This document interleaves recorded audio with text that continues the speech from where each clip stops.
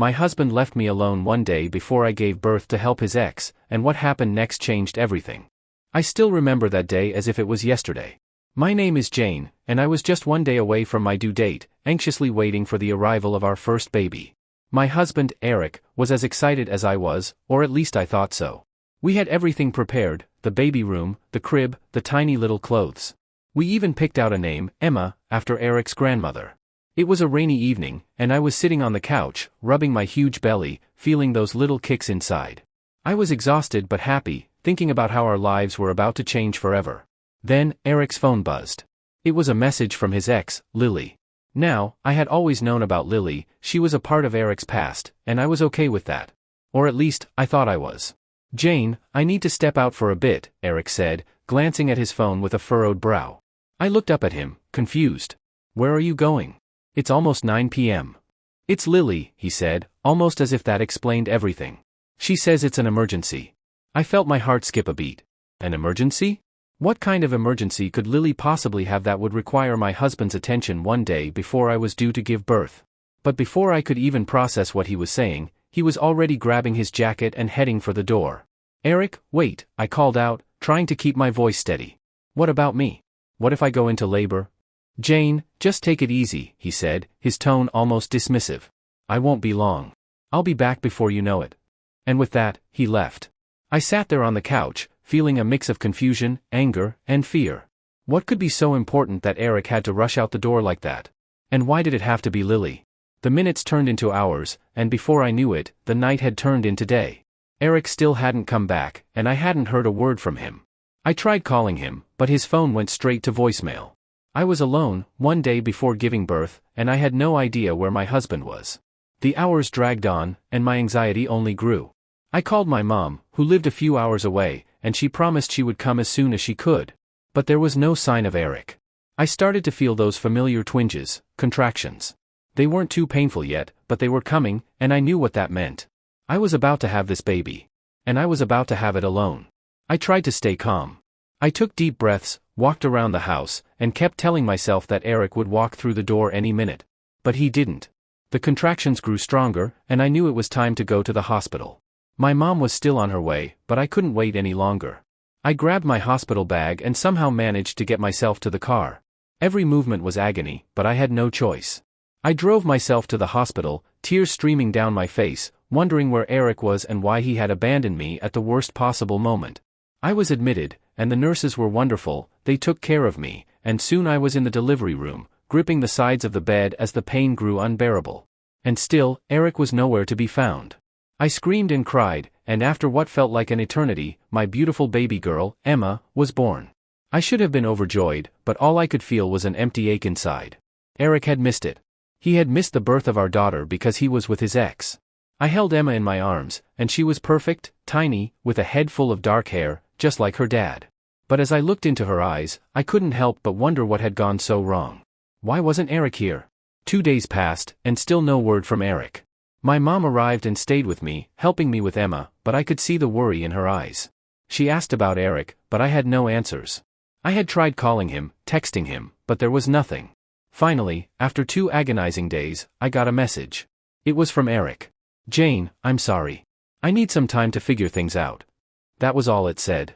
No explanation, no details, nothing. Just that he needed time. I was beyond furious. Figure things out? What was there to figure out? We had a baby, a family, and he was just gone? My mom tried to console me, telling me that maybe Eric was going through something, but I couldn't accept it.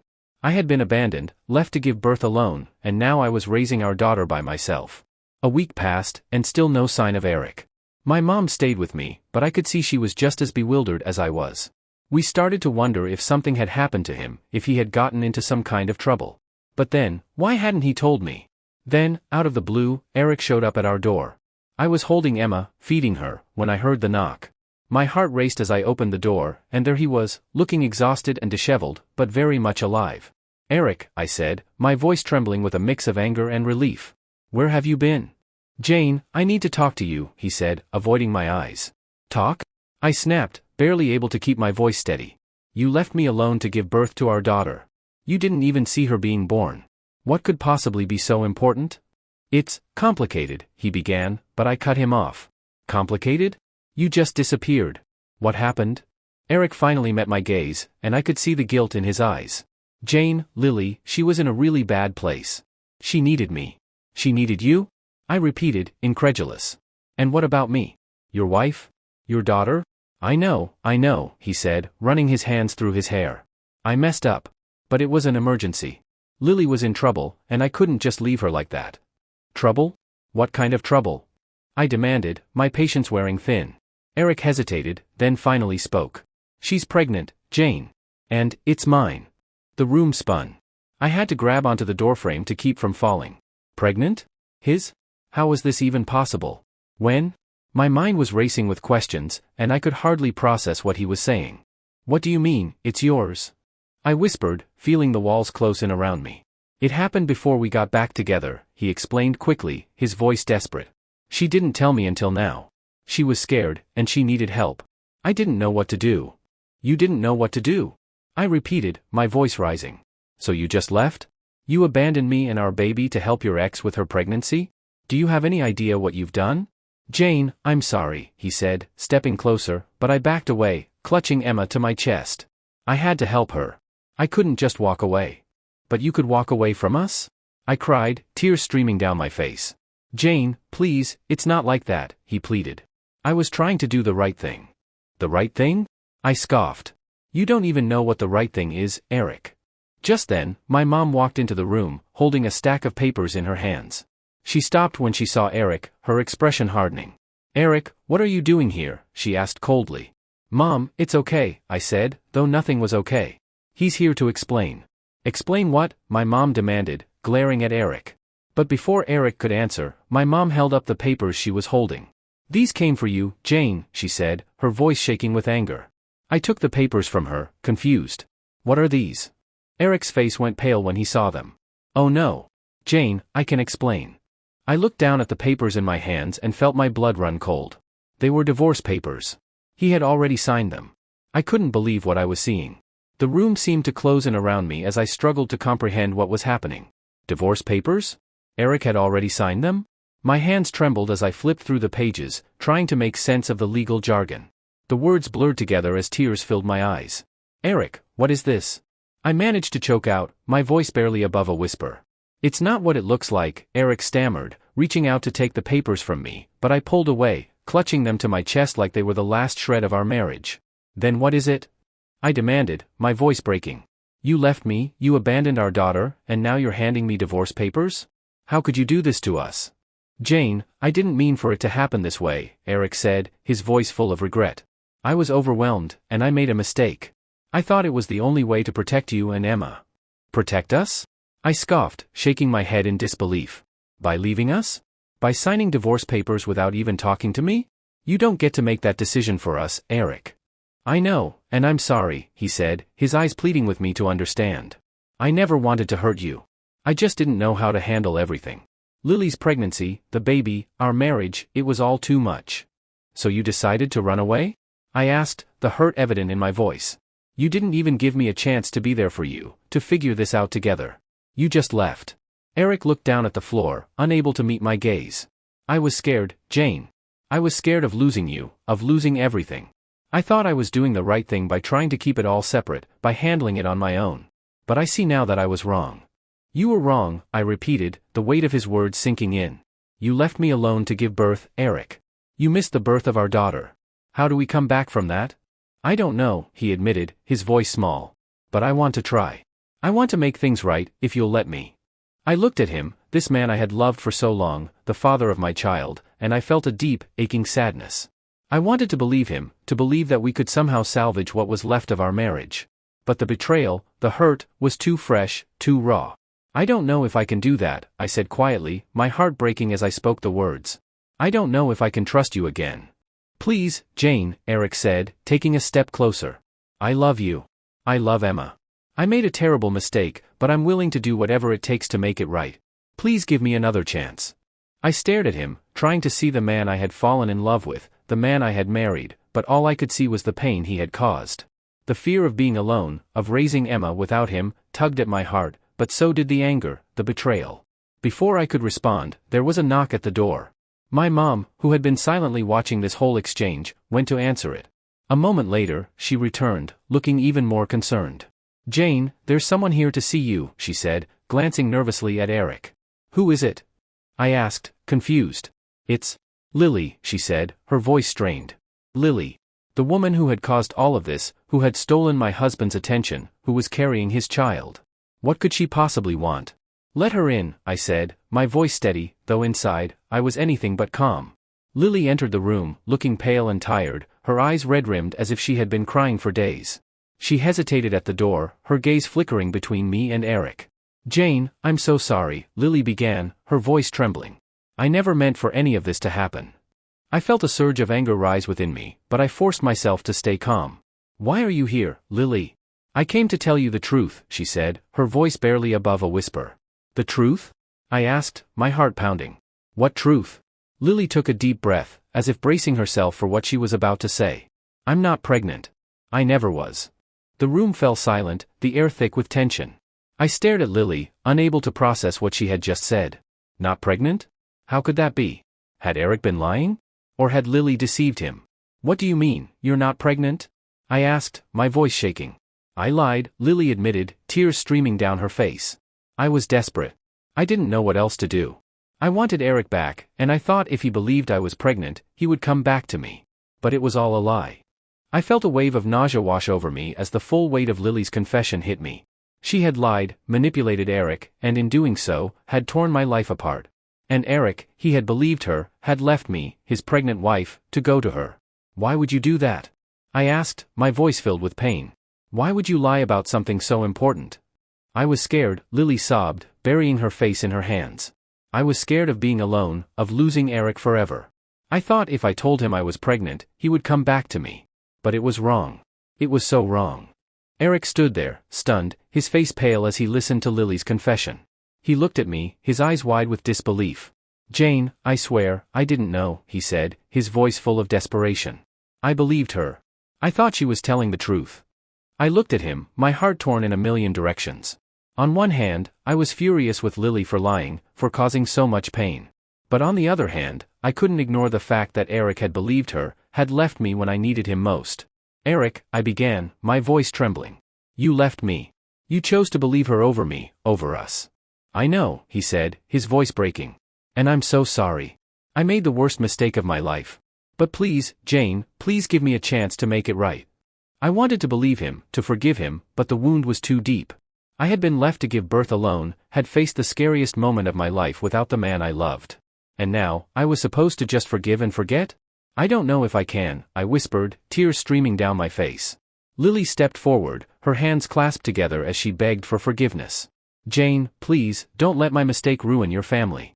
I don't deserve your forgiveness, but please, don't punish Eric for what I did." I looked at her, this woman who had caused so much pain, and I felt a strange sense of pity. She was broken, lost, just like I was. But that didn't change what had happened. "I need time," I said finally, my voice firm. "I need time to think about everything, to figure out what's best for me and Emma." Eric nodded, his eyes full of sorrow. "Take all the time you need, Jane. I'll do whatever it takes to make this right." With that, Eric and Lily left, leaving me alone with my thoughts, my emotions a tangled mess. I wanted to believe that we could somehow find our way back to each other, but the road ahead seemed so uncertain. As I looked down at Emma, sleeping peacefully in my arms, I knew that whatever happened, I had to be strong for her. She was my priority now, and I would do whatever it took to give her the best life possible. But as for Eric, I just didn't know if I could ever trust him again. Days turned into weeks, and weeks into months. Eric tried his best to show me he was sorry, to prove that he was committed to our family. He came by every day to see Emma, to help out, to be there for us. But I kept my distance, unsure if I was ready to let him back into my heart. Lily, on the other hand, had disappeared from our lives. After her confession, she left town, leaving behind nothing but the chaos she had caused. I heard through the grapevine that she had moved away, trying to start fresh somewhere new. I didn't blame her for leaving. After everything that had happened, there was nothing left for her here. But as time went on, I found myself thinking about Eric more and more. He had made a terrible mistake, but he was also the father of my child, the man I had once loved deeply. Could I find it in my heart to forgive him? To give our family a second chance? It wasn't easy. The pain, the betrayal, still lingered.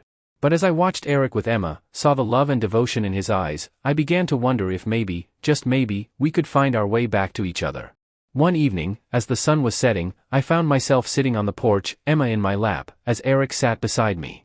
We watched as the sky turned shades of pink and orange, the world quiet and peaceful around us. "Jane," Eric said softly, breaking the silence. "I know I've said this before, but I need you to know how truly sorry I am. I would give anything to take back what I did, to be there with you when Emma was born.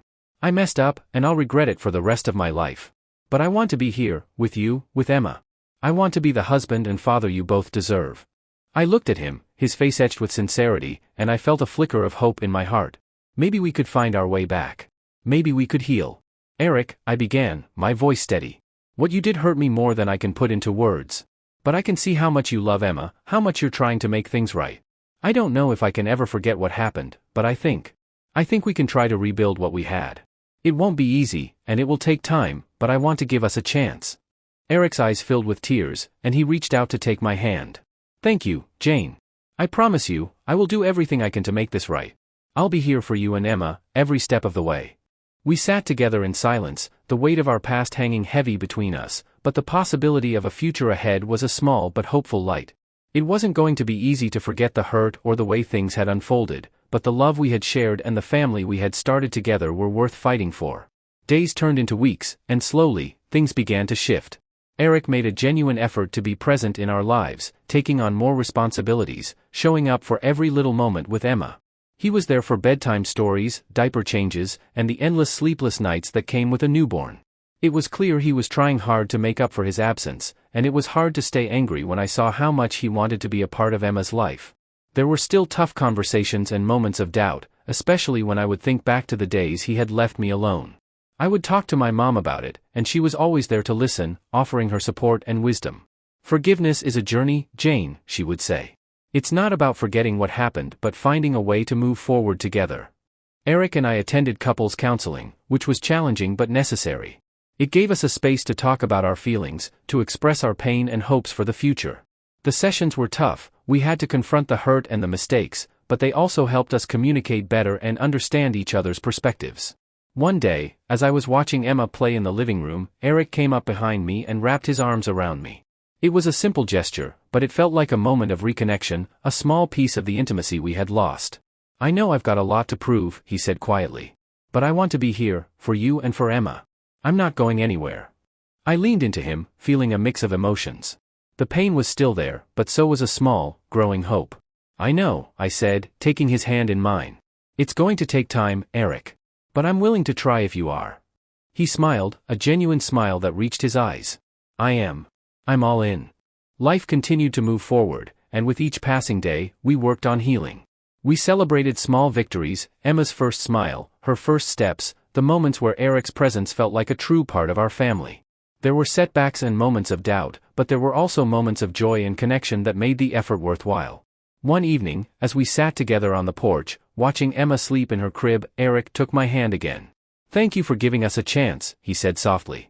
"I know I don't deserve it, but I promise to keep working on being the husband and father you both deserve." I looked at him, seeing the man I had once loved and the man I was beginning to trust again. "We're in this together," I said, feeling a sense of peace. "One day at a time." And with that, we embraced the uncertainty of our future, knowing that while the path ahead might be rocky, we were committed to walking it together. For Emma, for ourselves, and for the chance to rebuild the family we had almost lost. Our journey wasn't over, but we were finding our way, and that was enough for now.